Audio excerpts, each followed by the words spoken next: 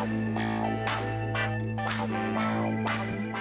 everybody, JSquared John Jeremy here, and welcome back to another question and answer session. However, this one's going to be a little different here because, as I mentioned in last week's video, I'm currently on a business trip until the following Monday. So I'm actually pre-recording this video in advance. So apologies that I'm not able to answer your questions from last week's video right away. However, I thought we'd do something a little different here in that I'm going to pose a few questions to you. I'll answer them myself in this video here, but I'd love to hear your thoughts on these questions. Some are personal, some are focused around YouTube. I'd love to hear your own opinions on the matter. So why don't we go ahead and get started here with our very first question, which is, to me, something that I think about when I think about what I'm watching when I'm watching a YouTube video myself, which is when you watch a Let's Play, or really when you're watching any content on YouTube, what's your number one reason for subscribing? For me personally, I don't really have too many subscriptions on my account, and that's simply because, one, I don't really watch as much content as I used to, but two, I probably as well as many others sometimes feel as though you're overwhelmed by the subscription feed as a whole. Now, I know, funny, coming from the guy who usually says to, subscribe and then click that bell icon to be notified of new videos. So when I do that, I do it for select channels, and I do it for a particular purpose. So I'd love to know what's your reason for subscribing. And, as far as the channels that I'm subscribed to, a good chunk of them, are gaming related. They range anywhere from the, Let's Play group, the Rooster Teeth group to Funhouse and all them. I also watch a lot of Angry Joe, and I watch Boogie2988. Although I've kind of been dropped off of pretty much all content recently because I've been focusing more on my own channel. So I'd love to know what's your number one reasons for subscribing, and maybe even a few of the people that you're subscribed to. That'd be great to know. Our next question here is, what is the optimum video length of a YouTube video to you? And this was brought up in the comments of the last week's Q&A session, or vlog, one of the two. And the topic came up about the length of a YouTube video. If you recall, in last week's vlog, I mentioned how our average view duration is about 10 to 10 and a half minutes. And the suggestion was to shorten the length of our videos from 25 to 30 minutes down to 15, 20 minutes. That was a suggestion given to me by people who look at this data and try and make the most of it. I have decided at the moment not to do that. However, I'm curious now what the optimum video length of a YouTube video is to people, and if it differs between people who are watching content on a computer versus people who are watching content on, say, a mobile device. Is there a difference there for that person? I know that when I view things on a computer, I'm usually, all in, and I'm, I've got the video on one side and I'm probably browsing the web on the other while it's playing. When I'm doing something on my phone and I'm watching a video on my phone, half the time I probably don't even have the video playing. I'm just kind of listening in on it while I'm browsing the web because, multitasking on a phone is near impossible.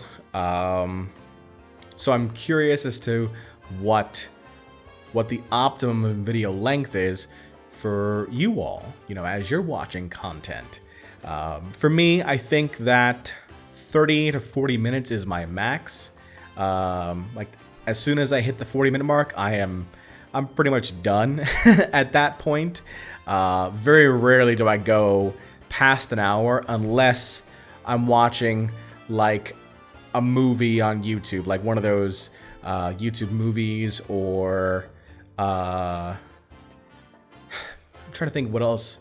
What would I have watched that was a longer like a Mario Party? If I'm watching a Mario Party game, I do tend to kind of watch the whole thing in bulk, simply because it works better for me that way, I feel. But most of the time, I'm watching shorter videos, shorter episodes. So I'm curious as to what the optimum video length is to you. Our next question is, who is your favorite YouTube personality and why? Now, some of you, don't say me, because that's not the point of this question. Although, I'm pretty sure nobody was going to say me anyway. That's beside the point. The reason I asked this is because this allows me to kind of learn more about who my viewership is also looking at. If there was one report that I wish I would be able to see in YouTube analytics, it'd be who are the other people, who are the similar channels to mine that people are watching. So that way, it'd be easier for me to, in case if I ever did collaborate in the future with YouTube channels, these would be the people I would collaborate with. Unfortunately, so far as I know, there is no direct report that shows me that information. So this is why I'm asking you all, who are your favorite YouTube personalities?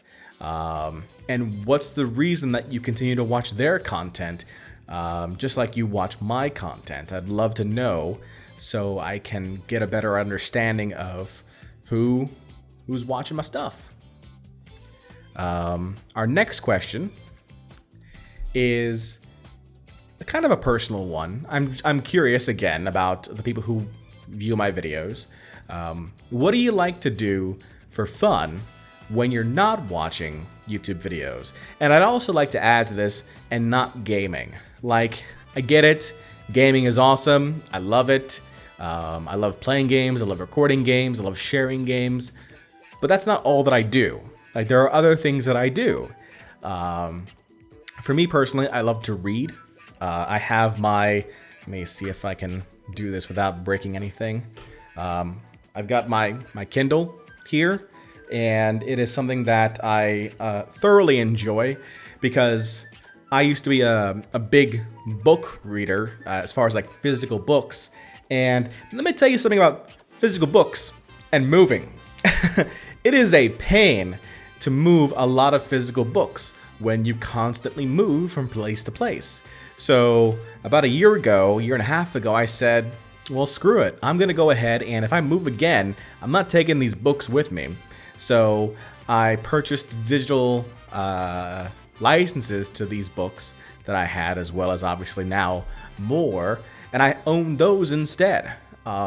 So that's what I like to do. I like to read because, again, going back to the premise of telling stories, that's exactly what a novel is. A novel is telling a story. Even nonfiction novels tell stories. Biographies are just the story of a person. That's why I enjoy a good biography, because it tells the story of a person in a way that people can understand, even if you can't really understand the person themselves. That's having the biography written about. You're able to, take part in a lesson through that story. So what do you like to do for fun when not watching YouTube videos? Run the gamut. I'd love to know. Our next question is, I would like you to finish the sentence. If the internet shut down tomorrow, I'd blank. For me, I'd be terrified.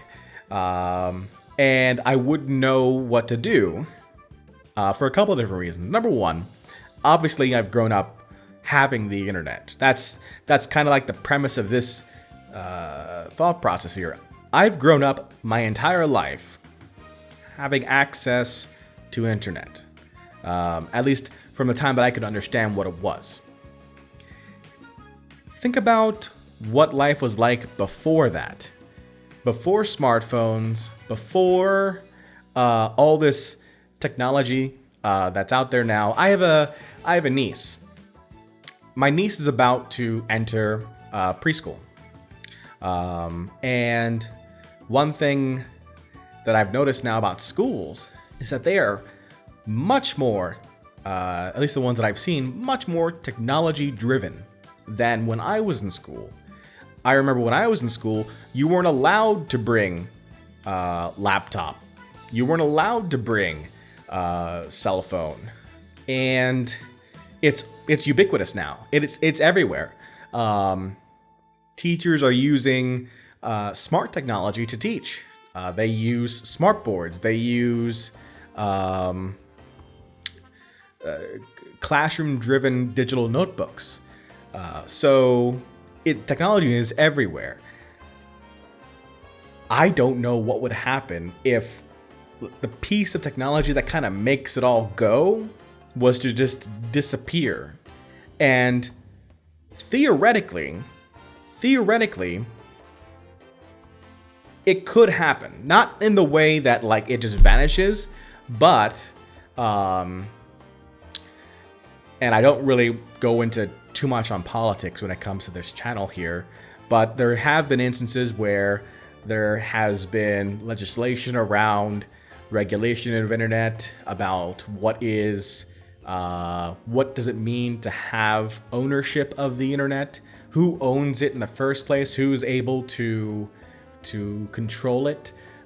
So I think it's a question that you don't really think about seriously, but it'd be interesting to know what would happen, what you would do if it did. So that's the reason I asked the question. If the internet shut down tomorrow, I'd cry. I would just cry. Our next question is, and this sounds like it's an easy one, but perhaps for some it's not. What's your favorite game and why?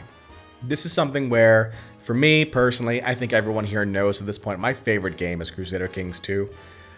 You can't put thousands of hours in a game and not have it be one of your favorites, if not your favorite game. So I'd love to know what your favorite games are and why. Now, I'll be honest, I haven't touched a console game, save for a snippet here and there of Red Dead Redemption 1 and a little bit of Halo in the past. I would say, let's see, at least 8 years. At least 8 years since I played a console game, which means I've never played like The Last of Us. I've never played anything that's console exclusive. You know, I've always wanted to play a game like, let's say, for example, Uncharted. You know, even the newest Super Mario Brothers game that's available on Switch. Haven't played them. Haven't played any of the Super Smash Brothers. So I'm curious as to what your favorite game is and why. I'm really hoping they just all go to PC anyway. You know, eventually all the games just go to PC. They're developed on PC technology. I'm not really sure why they don't. It can certainly be done. People need to make it happen. Companies need to make it happen. Absolutely.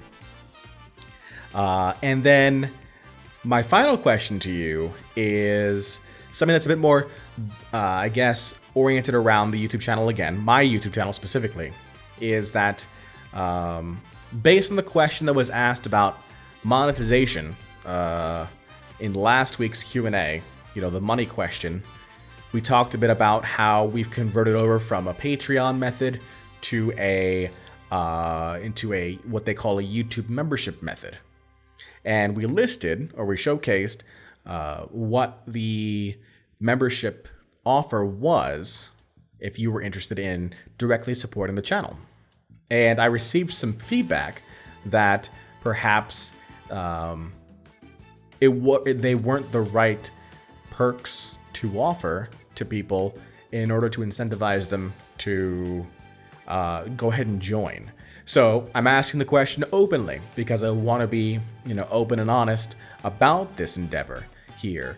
Right now, the perks that are available are shout outs in videos and comments. The supporter, I'm trying to remember the way that they term it in Discord. The supporter rank, title, one of the two is what they call it, in our Discord. So you have your own separate title in Discord. It's called the supporters. You also get access to the membership badge, which changes over time for the length of time that you are a member. So it starts off being our logo and then, updates from there. And then you also have access to custom emoji, which can be used currently in live chats specifically, and hopefully in the future, knock on, well, I don't have a wood desk, so knock on glass, that it reaches comments soon. And those are the major perks. So what would you like to see added to the YouTube membership offer that would make it a better value to you? So yeah, those are my final questions for you all. Again, I'd love to hear your feedback and your answers to these questions while I am on my trip, and we can talk about them. I can either answer them in the comments, or we can talk about them in the following week's video. I'm not sure how I want to do it yet, but I definitely want to engage in a dialogue and a conversation with each of you around all of these topics. So, until next time, this is JSquared John Jeremy signing out, saying so long and take care.